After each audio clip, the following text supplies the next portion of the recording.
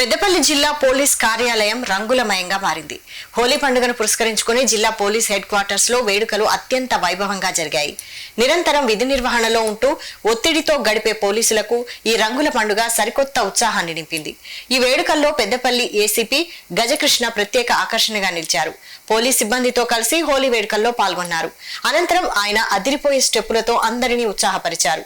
సమాజ రక్షణలో నిమగ్నమయ్యే పోలీసుల జీవితాల్లో ఇలాంటి పండుగలు మానసిక ప్రశాంతతను ఇస్తాయని ఆయన అన్నారు. ఈ వేడుకల్లో పెద్దపల్లి సిఐ ప్రవీణ్ కుమార్, ఎస్ఐలు లక్ష్మణరావు, మల్లేశం, కార్యాలయ సిబ్బంది పాల్గొన్నారు.